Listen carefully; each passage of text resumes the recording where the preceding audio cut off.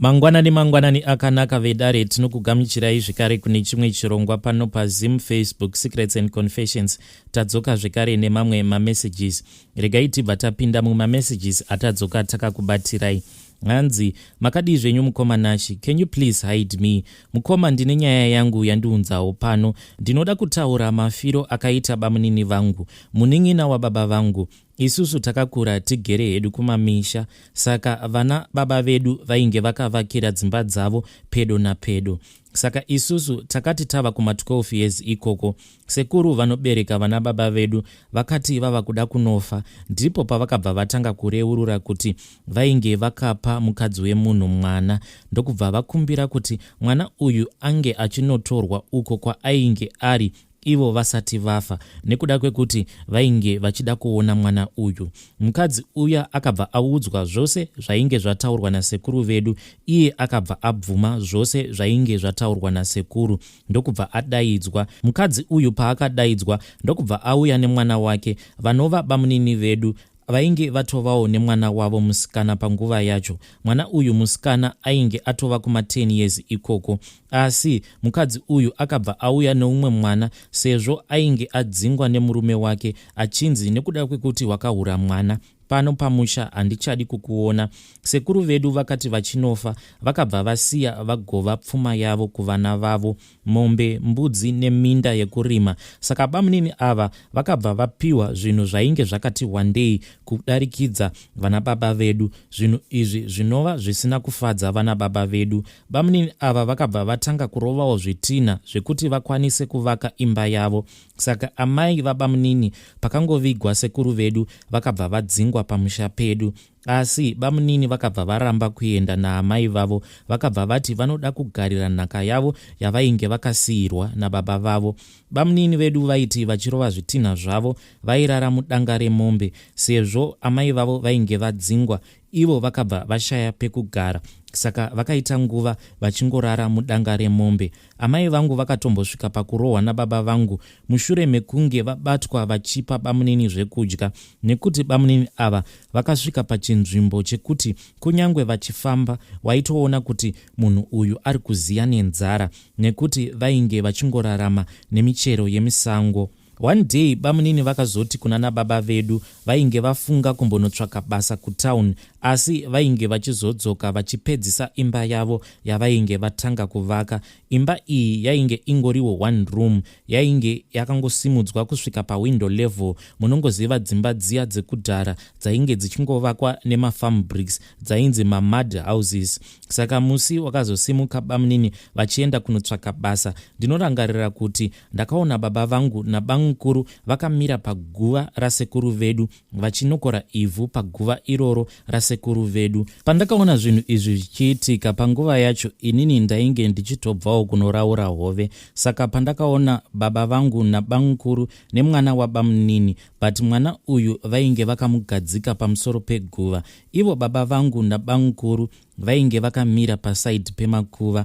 Ini pandakaona zvinhu izvi zvichiitika ndakabva ndahwanda pane chimwe chikwenzi. Saka baba vangu vainge vakabata magamboots avo ainge achipfekwa nabamunini nguva yavainge vachirova zvitina zvavo. Saka magamboots awa vainge vakamatengerwa nevamwe vatete, hanzvadzi yana baba vedu. Saka baba vedu ndo vainge vakabata magamboots iwawo. Bamukuru vainge vakabata huku. Vakabva vatanga kutaura, but vakataura kwenguva refu ndokubva vazotanga kuomberera. Asi vainge vakaisa magamboots nehuku pamusoro peguva rasekuru. After vapedza kuomberera vakabva vacheka huku iya ndokubva vatanga kusasa ropa riya paguva rasekuru. Vainge vachisasa ropa riya nepamagamboots aya abamunini. Saka bamunini ava vaiva nemwana wavo musikana. Panguva yacho ndofungidzira kuti kana zviri zvaizvezvi mwana uyu anenge ari kuma grade 6 kana kwanga kuri kunzi ainge achienda kuchikoro, asi haana kana kumbobvira aenda kuchikoro. Mukomanashi saka vakabva vapa mwana wabamunini huku iya yavainge vacheka. Mwana wabamunini akabva anzi ange achibika huku iyoyo. Huku yakati ichinoibva ndokubva anzi ange achidya huku iyoyo ari ega. Zvinhu izvi zvakati zvapera kuitwa, takati tati garei. Umwe musi takazoona Bamunini vachidzoka kubva kutauni vachipinda mumusha. But mukunotaura ivo Bamunini vakabva vati pavakaenda kutauni vakabva vataura nevamwe varume vainge vaine rwendo rwavo rwokuenda kuJoni. Panguva yacho Joni yainge ichinzi iGoli. Zvinhu izvi zvakaitika kuma-late 1970s. Saka ivo Bamunini pavakasvika kuJoni vakabva vawana basa. Pavakadzoka kuno kuZimbabwe, Bamunini vedu vaitova nepasi iyo yainge ichishandiswa panguva iyoyo yeapartheid ikoko kuJoni. Pavakauya Bamunini vainge vaine mari yainge yakawandisa. Vakabva vati pavainge vachishanda mumaini umu vakazowirirana nevamwe varume vekuMozambique. Umwe wevarume ava akabva atanga kudzidzisa Bamunini vangu kuti kana ukazvicheka nereza pasi petsoka unoita ronda rakaita kunge manga. Ronda iroro parinooma kana ukaramba uchirivhura rinooma, asi panobva pasara paine gomba. Saka vana Bamunini hanzi zvavaiita, vaipota vachipfekedzera goridhe muzvironda izvozvo kana vachaisa. Then kana vava kumahostel hanzi vaizotengesera goridhe iroro kune umwe muIndia aipota achiuya kumahostels achitenga goridhe iroro. Saka mari yaiva naBamunini yainge yakawandisa. Vakabva vatenga mombe dzavo, asi mombe idzodzo dzavakatenga ndo dzakazovaurayisa. Mombe idzi dzainge dzisati dzatombouya pamusha pakazofa Bamunini vedu. Mombe idzi dzakangoita zvekutengwa pane rimwe purazi reumwe murungu. Murungu uyu zvaakaita ndezvekudai, akati iye ainge ava kuda kubuda muZimbabwe nekuda kweindependence yainge yabva mukuitika. Saka ainge achitengesa mishinari yake, zvipfuwo zvake, zvose zvaainge ainazvo papurazi pake. Bamunini vakangoenda papurazi ipapo ndokubva vatenga mombe dzavo 10 ka1. Vakatoenda kunotenga mombe idzi vaina tete vangu, bamukuru nanababa vangu. Asi zuva ratengwa mombe idzi ndo zuva racho rakazofa Bamunini vedu. Bamunini vakati vachibva kunoona murungu uya, baba vangu, tete, bamukuru naBamunini vakabva vaenda kuguva rasekuru. Zvinhu zvose izvi vakazviita vasati vapinda mumusha. Pavakadzoka vachibva kuguva rasekuru, bamukuru vakabva vati kumwana uya waBamunini ange achibatira baba vake huku. Saka mwana waBamunini akabva abata huku ndokubva apa Bamunini kuti vange vachicheka huku iyoyo. Asi pakabva paitika shura rekuti Bamunini vakati vachingopedza kugura musoro wehuku mukomanashi, Bamunini vakabva vatanga kugwina, vakadonhera pasi kudaro. Zvose zvainge zvichiitika pahuku ndo zvainge zvichiita Bamunini. Bamunini vainge vachitobuda ropa nemumhino. Huku iya payakafa, Bamunini ndokubva vatanga kukuma semombe ndokubva vangofira ipapo. Mwana waBamunini akabva atorasika pfungwa ndokubva atanga kutomhanya achibuda mumusha ndokutotiza pamba kwaakaita. Hameno kuti akaenda nekupi, hatina kana kuzombomuona zvekare. Saka mombe idzi mukomanashi dzakazouya nemurungu uya, plus akabva awedzera dzimwe mombe 2 paakanzwa kuti Bamunini vainge vafa. Mukomanashi mombe dzakazotozadza matanga. Nanhasi tine mapaddock, tine mombe dzinotoendawo kuma-auction, ende ndidzo mombe dzakazotoudza upfumi mumhuri idzodzi mombe dzainge dzatengwa naBamunini. Asi pageneration yangu ndini ndega ndinoziva chivi ichi chakaitika mudzinza medu. Tinavo vazukuru vakaenda kumhiri kwemakungwa nekuda kwekuti madzibaba edu akazotanga kuita zvekurima nekupfuwa mombe. Asi zvose izvi zvakabva pamombe dzakasiya dzatengwa naBamunini.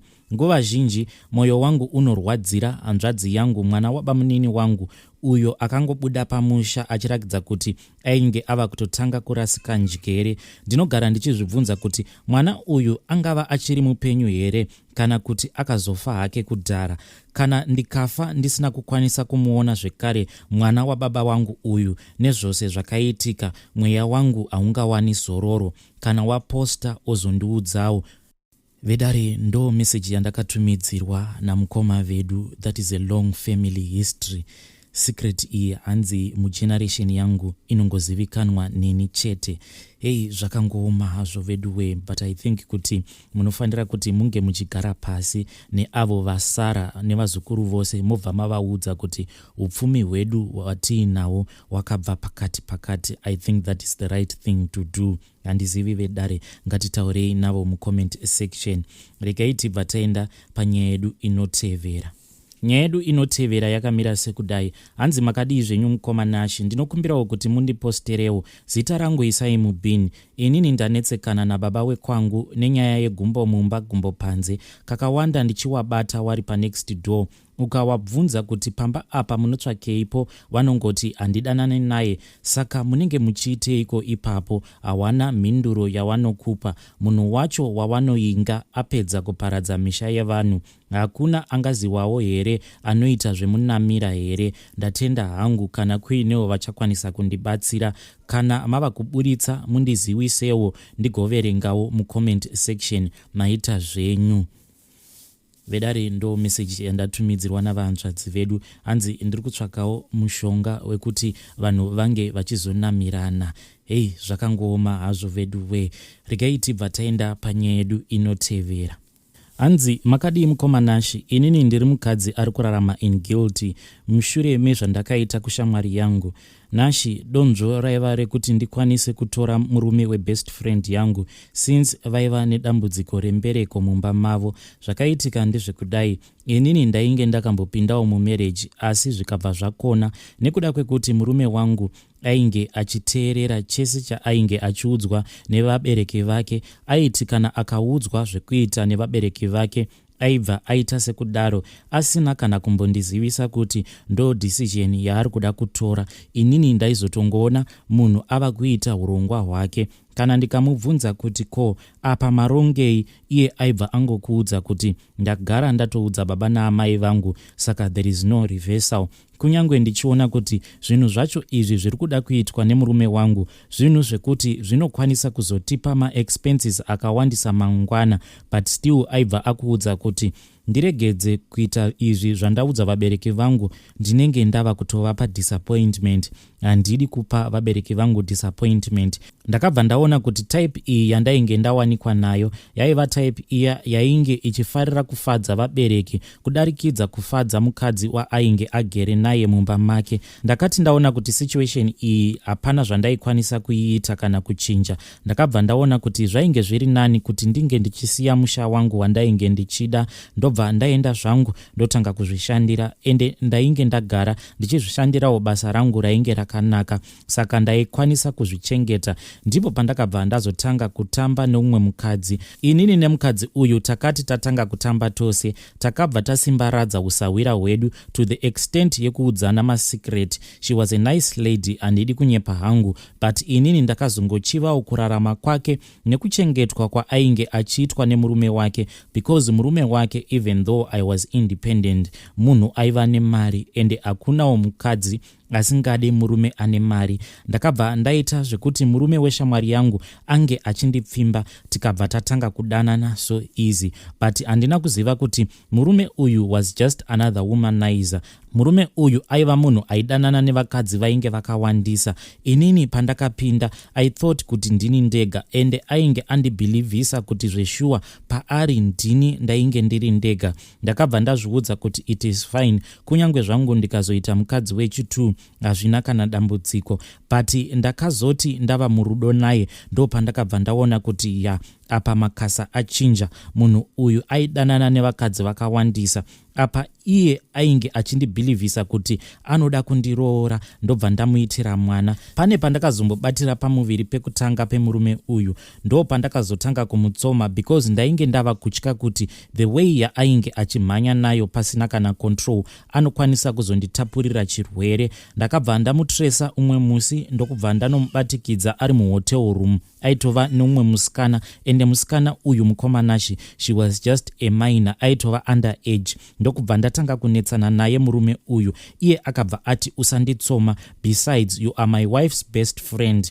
ende hazviite kuti unge uchinditsoma like this, anozosuspecta. Saka zvandiri kutoita izvi, you have to get used to it. Ndakambopindwa nemweya wekuti ndinge ndichinosungisa murume uyu, but ndakabva ndangosiyana nazvo. Ndikati best friend yangu anobva azofind out kuti ndawanikidza murume wake ari muhotel room nemaina iyi, ko inini chazoita kuti ndinge ndichiziva kuti anga ari muhotel room imomo chii. Ndikabva ndangosiyana nazvo. I didn't know kuti musikana uyu waainge ainaye anga atovawo nemhumbu zvekare at the same time pandainge ndakatotakurawo pamuviri. Chinondirwadza ndechekuti panguva yacho akabva ati kwandiri, ndiri kuda kuti unge uchiita abortion. Ndikabva ndabvuma because BP yangu yainge yashuta, because ndainge ndava kungoramba ndichingobata macheating scandals ake. Saka ndakatya kuti kana ndikaramba ndakatakura mwana uyu, because makumbo angu nemaoko angu ainge ava kungogara achizvimba, I was afraid kuti mwana uyu anokwanisa kuzokuvara. Ndakati ndabatira pamuviri, ndakabva ndaona kuti inini kuti ndikwanise kuwina this battle, I have to make sure kuti shamwari yangu asvika pakurambana nemurume wake, kuti inini ndikwanise kugarisana nemurume wake, so that I can take full control, because murume uyu ndainge ndaona kuti ane kamwe kakukontroleka. It was just a matter yekuti inini ndaifanira kuva paground kuti ndikwanise kutora full control. Ndakati ndabatira pamuviri, ndakabva ndafonera murume wefriend yangu ndikamuudza kuti shamwari, now ndava nenhumbu zvekare, ende handisi kuda kuzoti undiudze kuti I have to have another abortion. Ndakatobvisa nhumbu ipapo zvakatokwana. Ndiri kuda kuti iwewe unge uchiuya tizotaura. Kana ukasauya right now, ndiri kuuya kumba kwako ndobva ndaudza mudzimai wako kuti ndine pamuviri. Nashi ipapo ndainge nditoriwo nepangu pandainge ndakatsika, because ndainge ndatoenda kun'anga ndikabva ndanopiwa mushonga wekumuberekesa kuti paanosvika kumba kwake zvinhu zviya zvandinenge ndakamuberekesa zvinobva zvasvika zvobva zvanogara pafesi yemukadzi wake, so that each and every time kana akatarisa mukadzi wake haaone mukadzi waakachiva akada, anenge achingoona munhu anenge akaita kunge chembere, so that vasvike pakuzorambana. Mushonga uyu wainge uri wekuti mukadzi uyu best friend yangu ange achizobva pamba pake, so that inini I can have full control.